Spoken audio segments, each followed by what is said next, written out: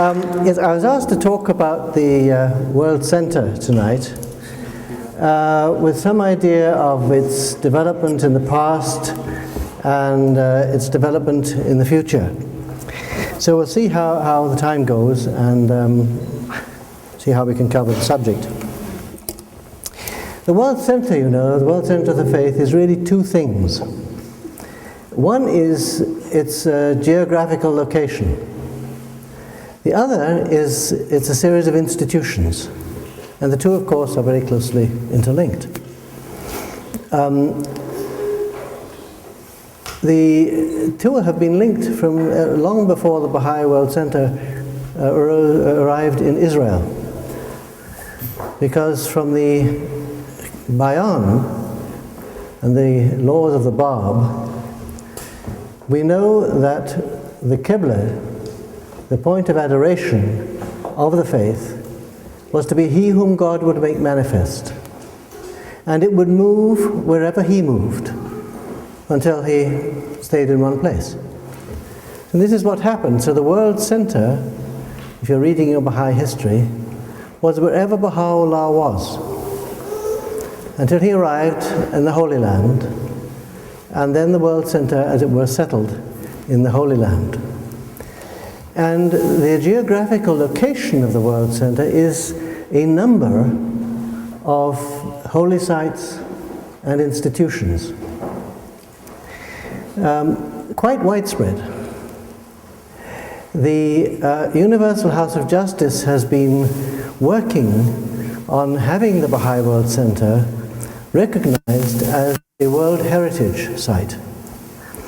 And what makes it a bit different for the people dealing with the World Centre is the fact that it's a number of different places.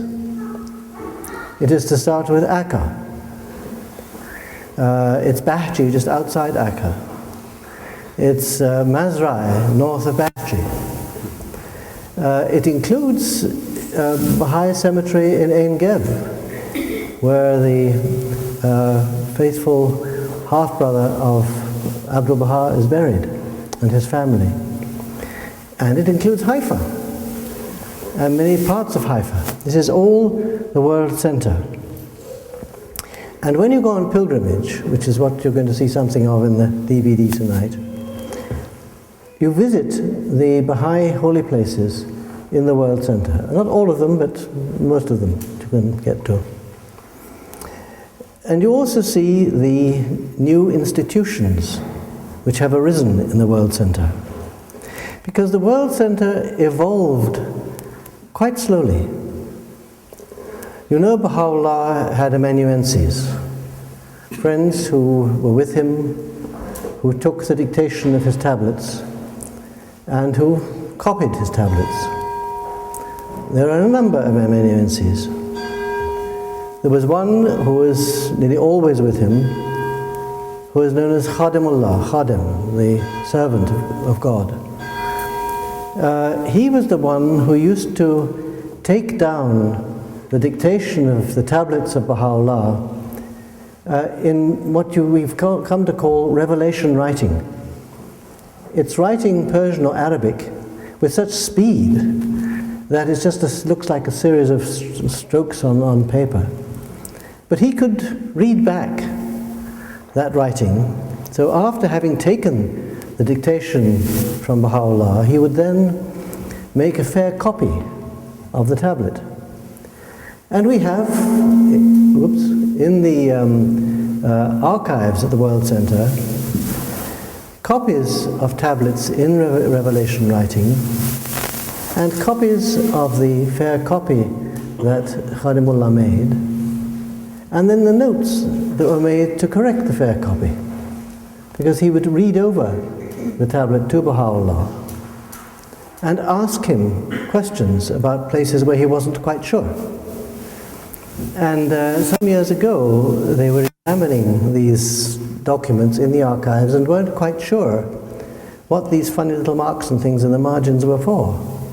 And by studying the situation they found this is what it was. There were certain questions that Khadim wanted to put to Baha'u'llah. There were certain changes to be made.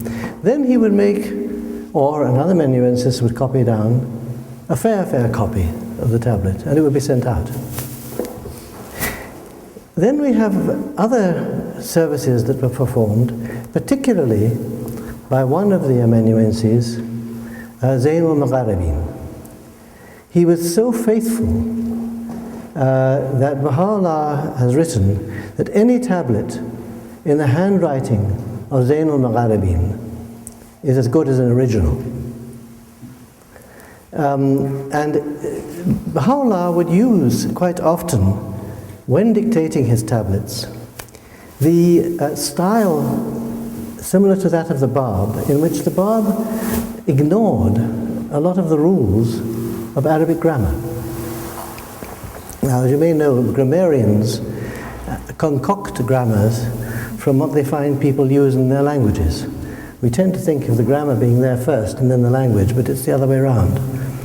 I don't know why the Bab chose to violate so many of the rules of Arabic grammar, but I think it may be partly to demonstrate the authority of the manifestation of God over even the grammar of the language he's using. There were other things that Baha'u'llah did, and they're very, you see, Baha'u'llah wasn't A, he wasn't stupid, and B, he didn't just accidentally do things. And you'll find often in the writings of Baha'u'llah, he will quote the Bab's writings, or he will quote his own writings, obviously from memory. And what he quoted is not always identical with the earlier revealed tablet. Now, why would he do that? I think one of the reasons is to teach us not to be fanatical. Because this has been a problem in many religions, that people kill one another because of little details of the writings. And Baha'u'llah and Abdul Baha and after them Shoghi Effendi have tried to train us to read the writings in the context of all the writings, not to hang ourselves by little commas and details of any particular passage. So this is part of the World Centre, how it worked.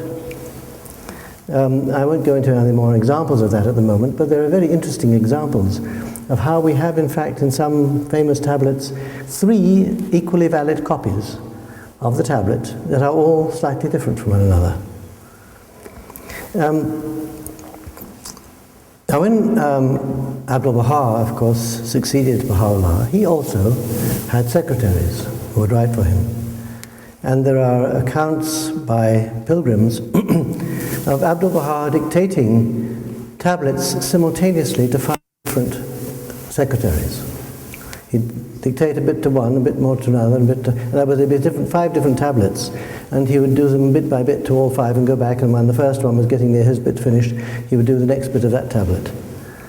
And it gives you a little idea of the volume of the writing that had to be undertaken by, in this case, Abdul Baha. Because the World Centre of the Faith was so often in prison. In Tehran, in Baghdad, in Adrianople, in Constantinople. Baha'u'llah couldn't go around teaching his faith any more than for most of his life Abdul Baha could visit the Baha'is, or the Baha'is could visit him. So much of this revelation had to be in writing, not just because Baha'u'llah and Abdul Baha wanted it that way, but because it was the one way to get the message to the friends and to the world as a whole. So from very early days you have this pattern at the World Centre of the source of the guidance and the friends serving to put that into writing and to send it out. After the passing of Abdul Baha, Shoghi Effendi, who was a young man in his early 20s, found himself with this incredible burden of being the guardian of the cause of God. Now, he had been studying English in Oxford with the hope of becoming very fluent in that language, to help, as a secretary, Abdul Baha, to translate his tablets, to help in some way or another. And he thought that maybe Abdul Baha would give him the task of calling the election of the Universal House of Justice. And it was a tremendous blow to him. And you think, at your age, a young man, suddenly, with this burden of being the guardian of the cause of God placed on your shoulders. And this is what Shoghi Effendi found. And he needed people to help him. Quite early in his ministry, he called a number of prominent Baha'is from different parts of the world to consult with him in Haifa, with the thought that they could perhaps call the election of the Universal House of Justice. And he found it was impossible. The friends weren't mature enough, and it needed a basis. You can't just get it out of the air. So he then began to build the whole administrative order from the basis upwards. It had already been started, of course, with Baha'u'llah and Abdul Baha, but this whole structure was being built up. So when you look back at the life of Shoghi Effendi, you find that those 36 years he labored to achieve a number of aims. Now, I don't think he had these as aims at the beginning. In fact, we know he didn't, because Leroy Iwas once was talking with the Guardian. Leroy Iwas was one of the hands of the cause who served in Haifa. And the Guardian said, "Leroy, do you think that when I began to write to the Friends, building the administrative order, I had this whole thing laid out like a pattern before me, and then I gradually applied it?" And Leroy said, "Well, frankly, Shoghi Effendi, yes, I did think that." He said, "It's not true. Abdul Baha had said I would be guided, and I trusted to Abdul Baha to follow what I felt to be right. And stage by stage, as decisions had to be made, I made them. And that was how the whole administrative order was built up." So during his ministry, he built up the administrative order to the point that where he appointed the International Baha'i Council and laid down how this should be evolved into the Universal House of Justice. To the point where he appointed hands of the cause of God, when he gave them auxiliary boards, when he had the national and local spiritual assemblies functioning well, and when he'd given the whole Baha'i world a 10-year plan. So everything that had to be carried forward, he'd got moving. And then, to the horror of the Baha'is at the time, I remember it well, he died in the middle of the 10-year crusade in 1957. A young man, I think 61. And then the World Centre had to undergo a tremendous transformation. The hands of the cause of God found themselves in charge of the work of the cause without the guarantee of divine guidance. This, I think, was their tremendous burden of having to guide the cause without being sure that they were right. And it was a colossal burden. And they achieved it by steadfastly pursuing the goals the Guardian had set for the 10-year crusade and being sure not to change a thing. In Bahji, for example, there are the rooms furnished, and there are bits of bowls, Japanese bowls and other things on various tables. And the hands were sure that nothing was changed. If there was a bowl on the table in that corner, someone thought it looked much nicer if it was over here. No. You put it back there. That's where the Guardian had it, or where it was last when he passed away. Changed nothing. So they, as it were, froze the development of the World Centre for those 6 years, from 1957 to 1963. They kept the cause going, but they had to hold things steadily.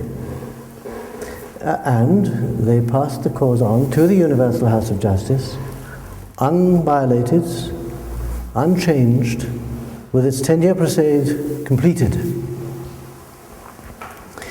One of the hands of the cause, as we know, broke the covenant. That didn't upset things either.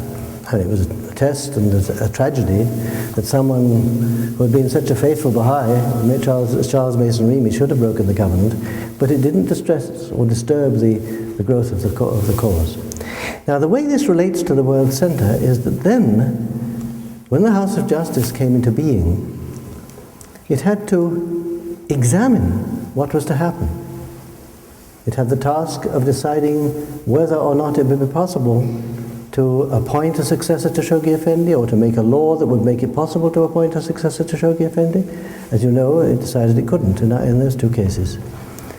Then there's the question, what would be the relationship of the House of Justice to the hands? What would be the relationship of the auxiliary board members to the House of Justice? All these various things had to be re-examined, and the Guardian had written about the House of Justice that it would have to re-examine everything, and this is what it had to do.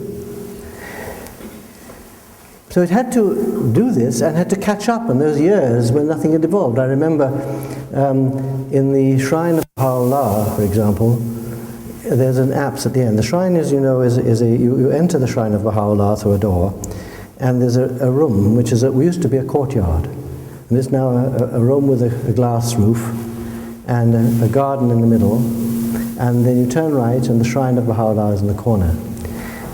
Just next to the shrine there's a sort of apse, a little raised place where you get in behind, and there's a ceiling above that apse, and it's got beams and little boards on top and so on. When I went there in 1961, this was covered with plywood, because the Guardian had been saving money for the work of the crusade, and the roof was not very sound. The sand kept on drifting down through the roof, through the boards. And instead of rebuilding the roof, all that he and the hands could do was to tack up plywood underneath it to hold it together. And in many parts of the World Centre, it was just held like this. So the House of Justice had to then re-examine it. And this was very interesting in the way the World Centre functioned when I first was there in 1961, because 61 was before the election of the House of Justice, of course.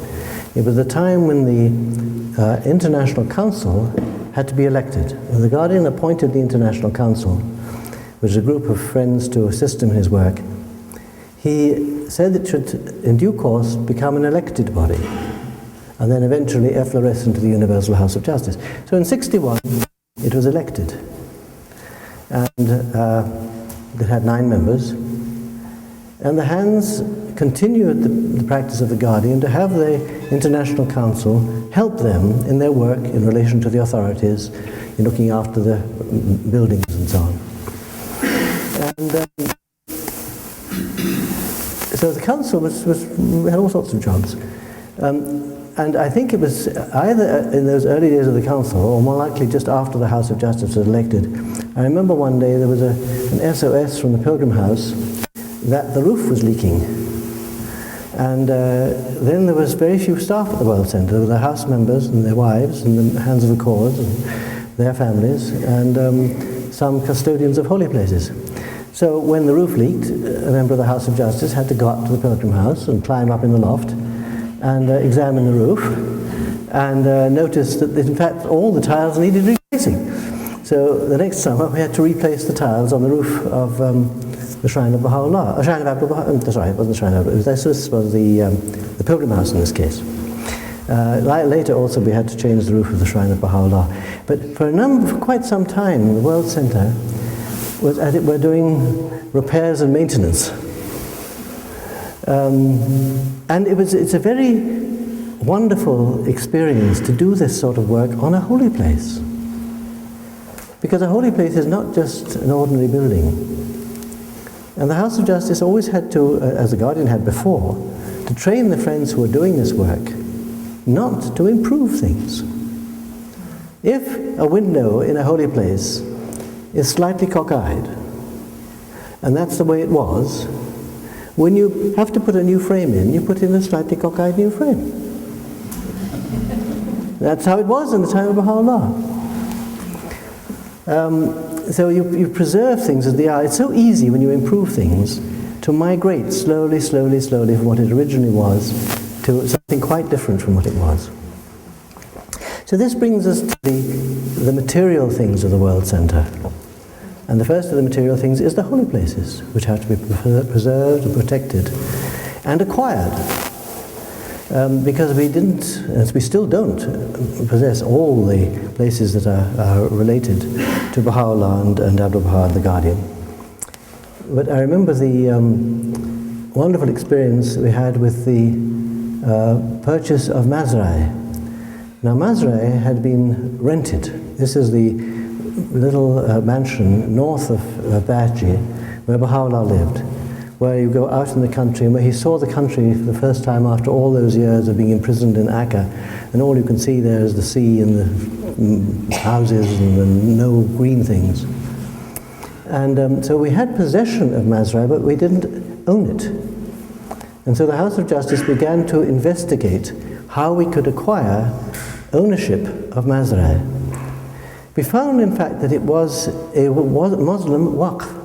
Now, a waqf is an endowment, a religious endowment. And in Muslim countries, usually, an endowment has what they call a mutawalli. Now, someone, usually hereditary, who is in charge of this property. And the mutawalli of the waqf of Mazrai lived in Turkey. And so we managed to get in touch with her and negotiated the purchase of Mazrai. In the process, we found that this dear lady was also the mutawalli of the mansion of Abdullah Pasha, or the house of Abdullah Pasha in Akka. So we were then able to move forward to purchase the house of Abdullah Pasha, which is where Abdul Baha was living. He'd rented it, of course, he didn't own it, living in the time that the first Western pilgrims visited the Holy Land. So it's a very precious property. Now, when Mazrai was acquired, that's not when we bought it, but when we fell into the hands of the faith, the Guardian was still alive. He was able to furnish it. He said what's to be done there, how the pilgrims were to be received, which rooms they'd visit. When the house of Abdullah Pasha was acquired, this was after the passing of the Guardian, in the time of the House of Justice. How do you restore a building like this, which is a holy place? We were very lucky to find that the aunt of Mr. Ali Nakhjavani, whose name was Zinat Baghdadi, when she was a girl, had served as a maid in the house of Abdul Baha. She had not only lived in the house of Abdullah Pasha, she cleaned it. She swept the floor, she cleaned the windows, she looked after the building. So we were able to get her, who was in Lebanon, to dictate from her memories what each room was like. For example, it's very important for her to say what the floor was like, whether it was tile, whether it was concrete, what it was, because that is a very old building, much older than the time Abdul Baha was there. So if you went back through the floor to the earliest floor, you would go straight past where Abdul Baha had been and get something too early. So the restoration had to be very delicately done. So she recorded all her memories, and then later, via Cyprus, she was brought to the Holy Land, and she came to the house of Abdullah Pasha and looked at it in the light of the notes that she made. And she would say, for example, there used to be a door through that wall. So along we'd come with chisels and hack away at the wall. Sure enough, there was the doorway. So we could replace that. And also at the same time, whereas she had seen the whole of the inside of the house and worked on it, and knew what the garden outside looked like from the windows, we had a Baha'i who as a young boy had worked in the garden, and he knew what the building looked like from outside. So that was how the house of Abdullah Pasha was restored. This sort of delicate work, trying to get back to the most accurate building it could be. So this is all part of the both the work of the World Centre and the development of the World Centre. Now when you go on pilgrimage, you see so much more than used to be seen. We have these wonderful archives in the Holy Land, the things that belonged to Baha'u'llah and to the Bab and to Abdul Baha and to some degree to Shoghi Effendi, to the greatest holy leaf. And the pilgrims visit these and see them. You now see many, many more than I did when I went on pilgrimage. When I went on pilgrimage in May 1957, it was very intimate. The archives, the major archives then, were in the 3 rooms at the back of the Shrine of the Bab. And we were taken in, Lotfullah Hakim showed us round, and he would get the pilgrims to sit round in a semicircle on the floor, because there were very few pilgrims, and he'd open a cabinet, and he'd take out a garment and say, now this is one of the shirts of Baha'u'llah, and he would hand it round to the pilgrims, and you'd sort of, you'd be hardly daring to touch it, to hand it round and look at it and hand it back to him, and he put it away again. It was a wonderful experience, but you can't keep doing it for 2,000 or 3,000 years. So that's why the Guardian had the archives building constructed, and had prepared ways of placing the precious archives that they could be seen appropriately, but not continually touched. And in the case of the archives, which are the tablets, which of course are the most precious of all, they're the sacred word, there are even tablets from Baha'u'llah saying how to look after the tablets. And the archives department follows that now. For example, you have an original tablet of Baha'u'llah's. One thing they first do is they test it for acidity. Because if a paper is acidic, you just leave it, it'll fall apart sooner or later. So they have to check that. Then they have a double sheet like this of acid-free paper. And they place the tablet in that. And that then goes in a folder. As far as possible, never again is the original tablet touched.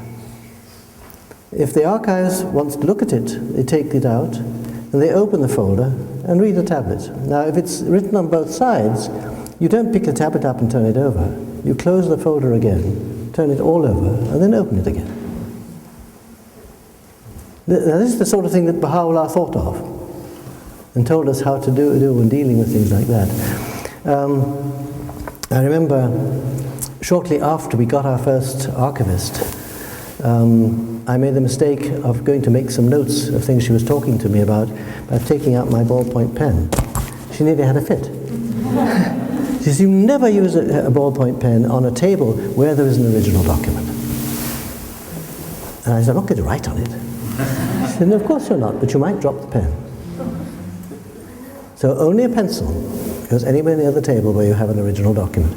Now these are things that the friends at the World Centre learn, and they're very important.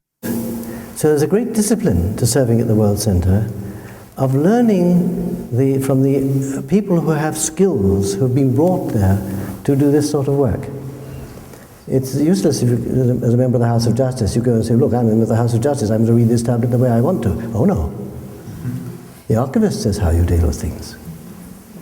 And then the documents are very precious. You know, the people, the friends who wrote to any of the central figures of the faith, and including those who write to the House of Justice, pour out their hearts. Friends used to write to the Guardian about all sorts of personal problems, about things which they didn't want people to learn, to read about. They were talking to their Guardian. So there are rules of access to the documents. When Mr. Hoffman, for example, was writing the biography of the Hand of the Cause, George Townsend, he knew George very well. They were close friends. He needed to have access to some of the correspondence from George Townsend to the Guardian. And he asked the House of Justice for permission. And the House of Justice agreed on the provision that first they must be read by someone who did not know George Townsend. And he would then know whether there was anything in that letter that it was likely that George would not have wanted David Hoffman to read. And only when the documents had been cleared was David Hoffman then allowed to read them and use them in writing the biography of George Townsend.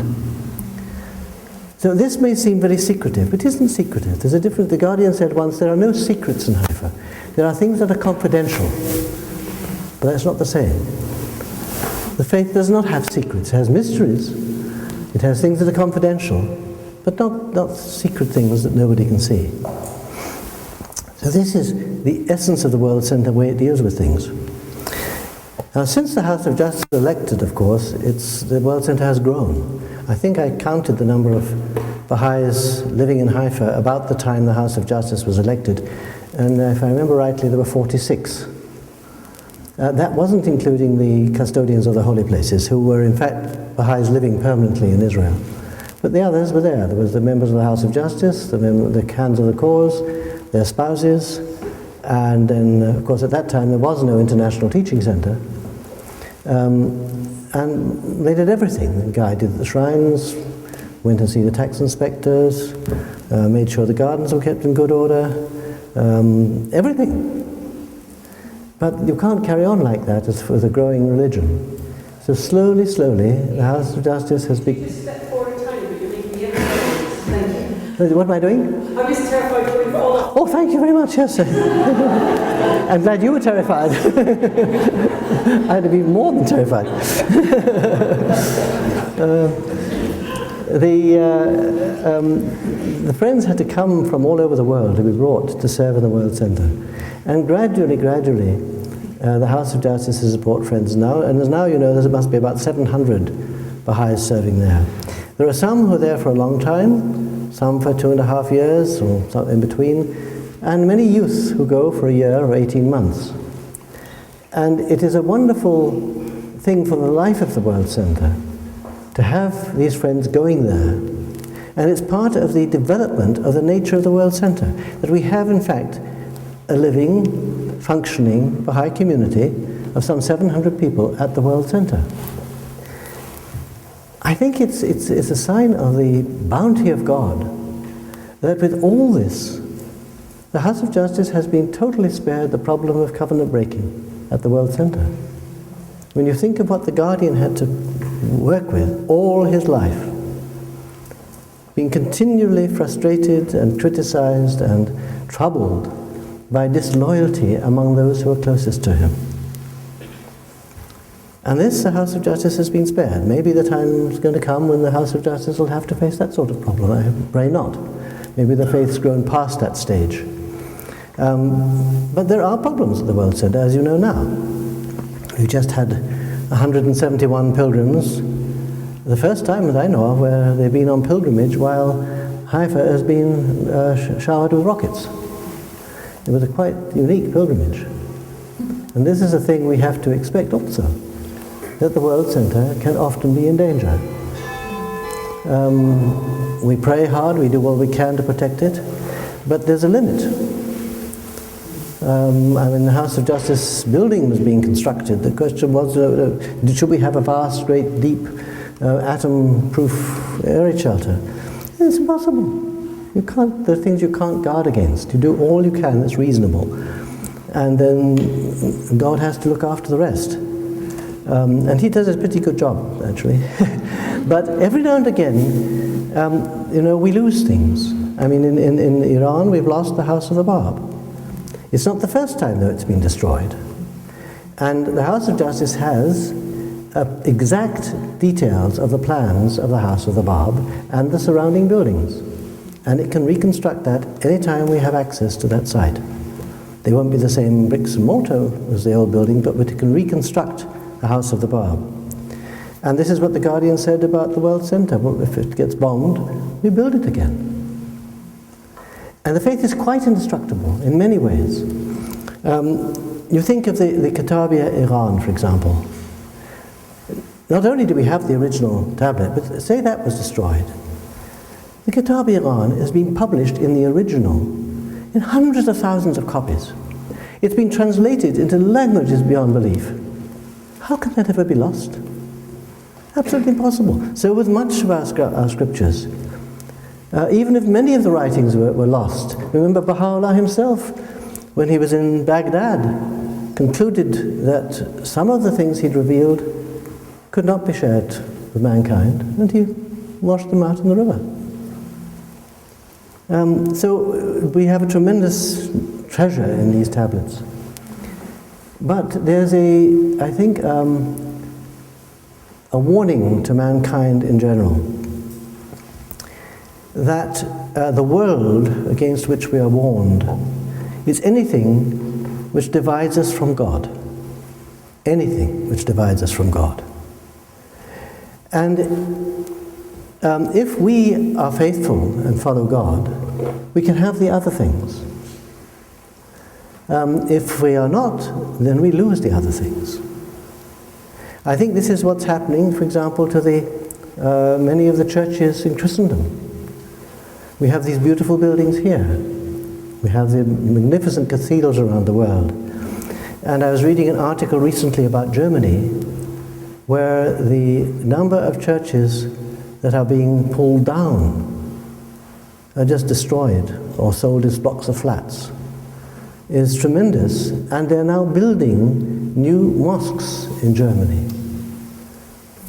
You see? Now I think there's also a very wonderful passage in the questions and answers to the Kitab al-Aqdas. Someone asked Baha'u'llah, what will happen to all these churches and monasteries and beautiful things, the other religions? And what do we do with them? He says, a building that has been used for the worship of the one true God is not to be used for anything else. Then the Guardian has listed this passage under the heading of Mashriq al-Azkar in his synopsis and codification of the Aqdas. So you deduce from that if it so happens that, for example, Westminster Abbey survives and Britain becomes a Baha'i country and we find ourselves with Westminster Abbey, it becomes a Mashriq al-Azkar. It remains a place of worship of God. So with all these beautiful things, if mankind will accept God, God will let us have these. But what's happening in so many cases, that people are not becoming Baha'is, and they're losing their own churches. They're becoming bingo halls. And this, I think, is so with anybody. If anything is going to keep people from God, He will let us lose that. Maybe this is a lesson for the Baha'is in Iran at the moment, certainly for the Iranians. Part of the heritage, the most precious heritage of Iran, are the Baha'i holy places. So in future, Iranians will remember that at this period in our history, our government seized and destroyed these holy places. Some of them, fortunately, thank God, most of them survive. But rather than let the Iranians lose the faith, God will let them lose the Baha'i holy places. So this we have to remember in everything we do, that however precious the thing is, if it becomes a barrier between us and God, God will take it away for our own good sakes. So the future of the World Centre is, I think, going to proceed much as it's been developing now. In other words, as the work requires development, the institutions to carry out that work are brought into being and made to operate by the Universal House of Justice. I can't see exactly what they'll be, because we never know how the faith is going to develop. I don't think we could have foreseen that after the passing of the Guardian, the House of Justice would solve the problem of there not being any more hands by creating the institution of the councillors. But it did, and they're functioning. And this whole arm of the administrative order for the protection and propagation of the faith is humming throughout the world. And we're learning slowly how to use it in relation to the elected institutions. We are learning how to function a world government so that we can show mankind how it should be done. And there are many, many areas in our work that we're doing this. The Baha'i community, you may say, is a living experiment where we are putting things to the test and showing that they work. And the same is true of the World Centre. That to have one point in the world which is divinely guided, which can keep the whole ship on its course, without, as it were, in detail directing every single thing in the world. The communities have their own degree of independence, is a marvelous example for mankind. The Guardian said, I remember when I was on pilgrimage, I think it was Hand of the Cause, Hermann Grossman, asked the Guardian, a question. He said, the Guardian had said that in essentials we must be uniform. In all secondary matters we should be diverse. So he said, well, what are the essentials? For example, in the question of functioning of assemblies. He says, the essentials are in the Constitution of the National Assembly. The Declaration of Trust and Bylaws are the essential things that must be the same for all national assemblies. Other things are secondary. So you find, for example, one country differs from another in what happens if a delegate moves away from the place they live between the time they're elected and the time of the International Convention. Different national assemblies have different solutions to that. Okay, that's nice. And there are many things like that. We're going to learn how to operate among one another and among our different countries with a degree of rigidity or formality, universality in essentials, but a great deal of diversity in secondary matters. Now that's, I've spoken longer than I ought to have, sorry. Do we still have any time for little questions? Where are you? David? Okay. Does anyone have any questions you want to ask?